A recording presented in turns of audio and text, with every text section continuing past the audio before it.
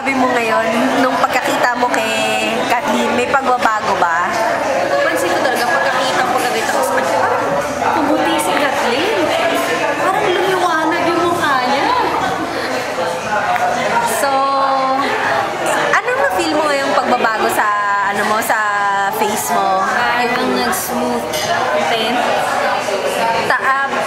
Nag-lighten ba? Hindi ko, syempre sarili ko, hindi ko mapansin. Sabi rin ng mom ko, nag-lighten ako.